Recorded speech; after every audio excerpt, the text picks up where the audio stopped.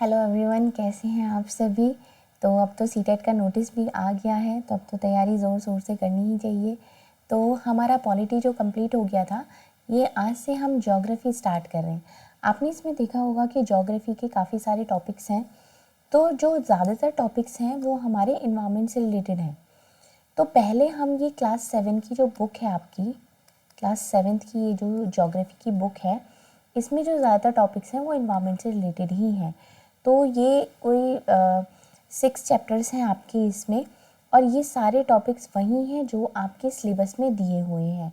तो हम 1 बाय 1 करके ये सारे चैप्टर्स को करेंगे। इस वीक में मंडे से ये हमारी क्लासेस स्टार्ट हो रही है। मोस्ट प्रोबेबली सैटरडे संडे तक ये हमारा सब क्लास 7th की जो है ये कंप्लीट हो जाएगी। और जो 2-3 टॉपिक्स और रहेंगे वो भी हम पहले वो वाले टॉपिक्स करेंगे जो आपके सिलेबस में दिए हुए हैं।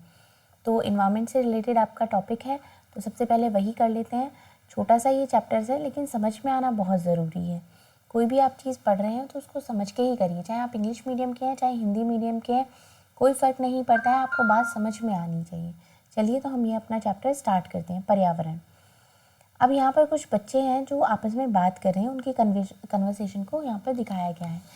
अब लंबी छुट्टियों के बाद जब रवि स्कूल जा रहा था, तो उसने देखा कि उसके स्कूल के निकट जो खेल का मैदान था, वहाँ पर खुदाई हो रही थी। वहीं एक मैदान उनके खेलने के लिए था, जहाँ पर वो लोग खेलते थे। तो लोगों ने बताया कि वहाँ पे जो एक फ्लैट वाली एक बड़ी इमारत बनने वाली है। तो रवीन को समझ में आ गया कि जो हमारा मैदान था, जिसमें मुलायम घास, गेंदे के फूल, तितलियाँ और बड़ा सा मैदान था, वो हमेशा के लिए नष्ट हो चुका है। तो वो रोने लगा, उसकी आंखों में आंसू आ गए। यह बात उसने अपने सारे फ्रेंड्स को भी बताई। जो उनकी प्रिंसिपल थी वो भी बहुत उदास थी। उन्होंने कहा, देखो कैसे हमारा पर्यावरण बदल रहा है। तो कक्षा में पहुंचकर रवि ने अपने शिक्षक से पूछा कि पर्यावरण क्या है, क्या होता है पर्यावरण। तो उन्होंने उसको बताया कि जो कुछ आपके आसपास देखते हो वो सब पर्यावरण है। तो रवि ने कहा कि इसका अर्थ है कि जो स्कूल है, मेज़, कक्षा में रखी कुर्सियाँ, मैदान, सड़क, कूड़ा करकट, मेरी दोस्त, ये सब पर्यावरण के अंग हैं। तो उसके टीचर ने कहा, हाँ, लेकिन ज़रा रुको, कुछ वस्तुओं का निर्माण प्रकृति ने किया है, जैसे कि पर्वत, नदी, पेड़, ये नेचुरल रिसोर्सेज हैं। लेकिन कुछ का जो निर्माण होता है वो मानव ने किया है, ह्यूमंस ने किया है। सड़क हो गई, कार, कपड़े, किताब आदि। तो अब उन्होंने उनको बच्चों को एक एक्टिविटी दी कि 2 बच्चे मिलकर लिस्ट बनाओ कि कौन कौन सी जो वस्तुएं हैं वो प्रकृति से बनी है और कौन सी मानव निर्मित है। तो उनकी लिस्ट बनाने के लिए उनको कहा। तो रवि, परमजीत, जस्सी, मुस्तफ़ा, आशा सभी ये सूची बनाने के लिए उत्सुक हो गए। इकबाल ने पूछा, हमारा पर्यावरण क्यों बदल रहा है। तो टीचर ने बताया कि ऐसा हमारी ज़रूरतों के कारण होता है। ये दिन प्रतिदिन बढ़ती जा रही हैं। जैसे हमारी ज़रूरतें बढ़ती जा रही हैं, उसी हिसाब से जो ह्यूमंस हैं वो सब पेड़ पौधों को कट करके अपनी ज़रूरतों को पूरा करने के लिए एक तरीके से जो अपना पर्यावरण है उसको नष्ट ही हो रहा है। यहाँ पर देखते हैं कि पर्यावरण हमारे जीवन का मूल आधार है।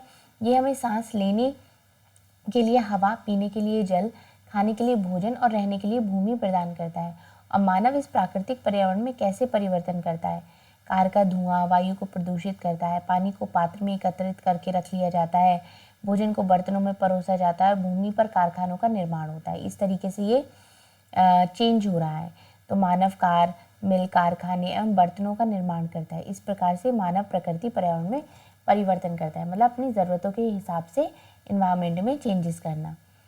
अब यहाँ पर है ये पर्यावरण के कुछ घटक दिए हुए हैं। ये यहाँ पर क्या है, पर्यावरण के घटक हैं प्रकृति, मानव निर्मित और मानव। अब प्रकृति में क्या क्या आएगा, आपका जैव मंडल आएगा। जैव मंडल क्या होता है, ये आप यहाँ पर इमेज में देख सकते हैं। ये रहे, ये जैव मंडल है। स्थल मंडल है जो ये यहाँ पर है इमेज, जिसमें यहाँ पर मतलब ज़मीन पर ये बनाया हुआ है। वायुमंडल जितनी भी हमारी हवा है या एयर में जो भी कुछ है वो। जलमंडल जल में जो कुछ है वो। तो ये जल हो गया, वायु हो गया, स्थल हो गया और सजीव हो गया, जैव मंडल हो गया। तो ये सब यहाँ पर है। अगर हम मानव निर्मित की बात करें तो इमारतें हो गई, पार्क हो गया, पुल हो गई, सड़क हो गई, स्मारक, उद्योग, ये सब किसने बनाए, ये मानव ने बनाए, ह्यूमंस ने बनाए। तो ये किसके हो गए, मानव निर्मित हो गए। और ह्यूमंस में कौन कौन आएगा, एक पर्सन हो गया वो ह्यूमन में आएगा, उसकी फैमिली ह्यूमंस में आएगी, उसकी सोसाइटी हो गई, जो धर्म है, शैक्षिक है, स्कूल्स में आप पढ़ने जाते हैं, आर्थिक हो गया, राजनीतिक स्थिति हो गई, ये सब मानव में आ जाएगा। चलिए आगे देख लेते हैं। अब देखते हैं जीवीय और अजीवीय, ये क्या होता है। जो सभी सजीव प्राणियों का संसार, जैसे कि पादप और जंतु, और अजीवीय निर्जीव पदार्थों का संसार।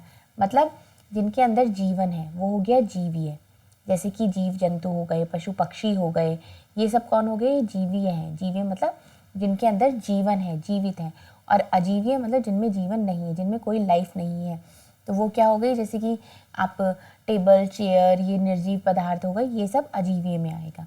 ठीक है, डिफरेंस पता चल गया। इसलिए हम प्राकृतिक पर्यावरण में परिवर्तन करते हैं और कभी कभी उसे नष्ट भी कर देते हैं, मतलब अपनी ज़रूरतों के हिसाब से उसे चेंज करते हैं। और कभी कभी ऐसा होता है कि उसे बिल्कुल ख़त्म ही करते हैं अपनी ज़रूरतों को पूरा करने के लिए। अब ऊपर के वार्तालाप से आप समझ गए होंगे कि किसी भी जीवित प्राणी के चारों ओर पाए जाने वाले लोग, स्थान, वस्तुएं एवं प्रकृति को पर्यावरण कहते हैं। आपको समझ में आ गया पर्यावरण किसे कहते हैं। यह प्राकृतिक और मानव निर्मित परिघटनाओं का मिश्रण है, मतलब इसमें नेचुरल भी है और इसमें ह्यूमन मेड भी है, जो कि इंसानों ने बनाया है। प्राकृतिक पर्यावरण में पृथ्वी पर पाई जाने वाली जीवीय और अजीवीय दोनों परिस्थितियां सम्मिलित होती हैं। मतलब जो प्रकृति है उसमें भी जीवीय और अजीवीय दोनों होती है। मतलब कुछ उसमें भी ऐसे होते हैं जिनके अंदर जीव जंतु हो गए, पशु पक्षी हो गए, ये जीवीय हो गया। और अजीवीय जैसे कि पेड़ पौधे हो गए, जैसे और भी बहुत सारी चीज़ें हो गई, पहाड़ हो गए, पर्वत हो गए, तो ये सब क्या है, ये अजीवीय में आ जाएंगे।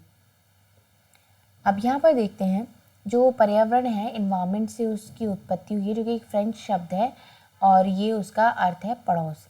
जबकि मानवीय पर्यावरण में मानव की परस्पर क्रियाएं, उसकी गतिविधियां एवं उसके द्वारा बनाई गई रचनाएं सम्मिलित हैं। अब यहाँ पर आता है प्राकृतिक पर्यावरण। पहले प्राकृतिक पर्यावरण के बारे में बात कर लेते हैं। इन्वायरमेंट, नेचुरल इन्वायरमेंट, भूमि, जल, वायु, पेड़ पौधे एवं जीव जंतु मिलकर प्राकृतिक पर्यावरण बनाते हैं। ठीक है, जो स्थल मंडल, जल मंडल, वायुमंडल है, जैव मंडल से आप पहले ही आपको पता चल चुका है। तो इसके बारे में और भी ज़्यादा थोड़ी सी जानकारी करेंगे। जैसे कि पृथ्वी की ठोस जो परत होती है, कठोर ऊपरी परत होती है, उसको हम स्थल मंडल कहते हैं। यह चट्टानों और खनिजों से बना होता है एवं मिट्टी की पतली परत से ढका होता है। मतलब ऊपर आपको हल्की मिट्टी नजर आएगी, लेकिन अंदर जो है वो बहुत कठोर है। वो क्या है, स्थल मंडल हो गया। यह पहाड़, पठार, मैदान, घाटी जैसी विभिन्न स्थलाकृतियों वाला विषम धरातल होता है। ये स्थलाकृतियाँ महाद्वीपों के अलावा महासागर की सतह पर भी पाई जाती है। ऐसा नहीं है कि नॉर्मल, ये महासागर में भी आपको मिल जाएगी। अब स्थलमंडल वह क्षेत्र है जो हमें वन, कृषि, मानव बस्तियों के लिए भूमि, पशुओं को चराने के लिए घास प्रदान करता है। यह खनिज संपदा का भी एक स्रोत होता है। यह आप इमेज में भी यहाँ पर देख सकते हैं। ये स्थलमंडल हो गया, ये जैव मंडल हो गया, ये जल मंडल है, ये वायुमंडल है। ठीक है, जल के क्षेत्र को जलमंडल कहते हैं, जहाँ पर जल रहता है। यह जल के विभिन्न स्रोतों जैसे कि नदी, झील, समुद्र, महासागर, इन विभिन्न जलाशयों से मिलकर बनता है। ये सभी प्राणियों के लिए आवश्यक है, क्योंकि पीने के लिए तो आपको पानी चाहिए होगा। पृथ्वी के चारों ओर फैली हुई वायु की जो पतली परत होती है उसको हम वायुमंडल कहते हैं। अब इसमें बताया गया है कि अलग अलग ये क्या क्या होते हैं, इनकी एक तरीके से डेफिनेशन बताई गई है। पृथ्वी का गुरुत्वाकर्षण बल अपने चारों ओर के वायुमंडल को थामे रखता है। यह सूर्य की झुलसने वाली गर्मी और हानिकारक किरणों से भी हमारी रक्षा करता है। इसमें कई प्रकार की गैस, धूल कण और जलवाष्प उपस्थित हो रहते हैं। वायुमंडल में परिवर्तन होने से मौसम एवं जलवायु में परिवर्तन होता है। पादप एवं जीव जंतु मिलकर जैव मंडल और सजीव संसार का निर्माण करते हैं। पृथ्वी का वह क्षेत्र है जहाँ स्थल, जल और वायु मिलकर जीवन को संभव बनाते हैं। अब आता है पारितंत्र क्या है। यहाँ पर भी आप देख सकते हैं पारितंत्र। यह वह तंत्र है जिसमें समस्त जीवधारी आपस में एक दूसरे के साथ तथा पर्यावरण के उन भौतिक एवं रासायनिक कारकों के साथ परस्पर क्रिया करते हैं जिसमें वे निवास करते हैं, जहाँ पर वो रहते हैं। ये सब ऊर्जा और पदार्थ के स्थानांतरण द्वारा संबंध है। ठीक है, तो अब यहाँ पर भी देख लेते हैं। जो रवि की जो क्लास है उसमें एक एनसीसी कैंप में जैसी ने आश्चर्य से कहा कि कितनी मूसलाधार बारिश हो रही है। इससे मुझे अपना केरल याद आ गया, क्योंकि केरल में काफ़ी अच्छी बारिश होती है। तो सबको वहाँ आकर देखना चाहिए कि वहाँ पर कितने हरे भरे खेत हैं, नारियल के बागानों में लगातार बारिश होती रहती है। तभी जैसलमेर की रहने वाली हीरा ने आश्चर्य से कहा कि हमारे यहाँ तो वर्षा होती ही नहीं है। हम तो दूर दूर तक केवल कीकर और रेत ही नज़र आते हैं, लेकिन वहाँ ऊँट भी तो मिलते हैं। रवि ने कहा। ये आपस में बात करें कि एक जगह केरल है तो वहाँ पर इतनी बारिश होती है, और ये एक ताल का पारितंत्र है। इसमें आप देख सकते हैं कि यहाँ पे घास भी है, जल भी है, पशु पक्षी भी हैं, पेड़ भी है, सभी कुछ है। आगे देख लेते हैं। हीरा ने कहा, ऊँट तो मिलेंगे ही। जब तुम हमारे रेगिस्तान आओगे तो तुम्हें सांप, छिपकली और अनेक कीट भी देखने को मिलेंगे। रवि हैरत में पड़ गया। विभिन्न स्थानों पर पाए जाने वाले जीव जंतु, वनस्पति और लोगों के रहन सहन के तरीके से इतने भिन्न क्यों है, क्या सभी का एक दूसरे के साथ संबंध है? तो उनके टीचर ने कहा कि हाँ बिल्कुल, सबका एक दूसरे के साथ संबंध है। सभी पेड़ पौधे, जीव जंतु और मानव अपने आसपास के पर्यावरण पर आश्रित रहते हैं, एक दूसरे पर भी आश्रित रहते हैं, मतलब डिपेंडेंट रहते हैं एक दूसरे पर भी और आसपास के अपने इन्वायरमेंट पर भी। जीवधारियों का आपसी एवं अपने आसपास के पर्यावरण के बीच का संबंध ही पारितंत्र का निर्माण करता है।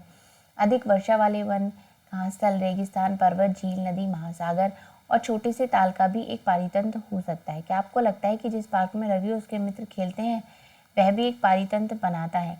पारितंत्र का मतलब आपको समझ में आ गया होगा कि जो सब एक साथ मिलकर एक दूसरे के ऊपर डिपेंड होते हैं। जैसे कि अगर आप हैं तो आप ऐसे ही नहीं रह सकते, आपको एक एनवायरनमेंट की भी ज़रूरत पड़ेगी, आपको लोगों की भी ज़रूरत पड़ेगी, आसपास में आपकी ज़रूरतें होंगी, वो भी होंगी। तो वही सब क्या है, वो सब मिलकर क्या बना रहे हैं, पारितंत्र बना रहे हैं। तो हमारा जो 5 जून है उसको हम विश्व पर्यावरण दिवस के रूप में मनाते हैं, ये भी आपको ध्यान रखना है। अब बात करती है ह्यूमन एनवायरनमेंट की। यहाँ पर देखते हैं मानव अपने पर्यावरण के साथ पारस्परिक क्रिया करता है और उसमें अपनी आवश्यकता के अनुसार परिवर्तन करता है।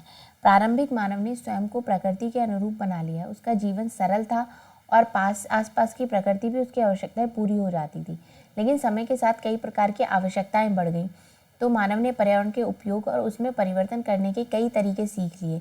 उसने फसल उगाना, पशु पालना, स्थायी जीवन जीना सीख लिया, पहिए का आविष्कार हुआ और आवश्यकता से अधिक अन्न उपजाया गया, वस्तु विनिमय पद्धति का विकास हुआ, व्यापार आरंभ हुआ और वाणिज्य का विकास भी हुआ। औद्योगिक क्रांति से बड़े पैमाने पर उत्पाद प्रारंभ हो गया, परिवहन तेज गति से प्रारंभ हुआ, सूचना क्रांति से पूरे विश्व में संचार सहज और द्रुत हो गया। मतलब सबको पता चल गया, इस तरीके से धीरे धीरे करके लोगों ने अपनी ज़रूरतों के हिसाब से चीज़ों को मॉडिफाई करना शुरू कर दिया। जैसे कि आप जानते हैं कि आप गर्मी में तरबूज और सर्दी में भुनी हुई मूंगफली खाना क्यों पसंद करते हैं? क्योंकि प्रकृति और मानवीय पर्यावरण के बीच में सही संतुलन होना आवश्यक है।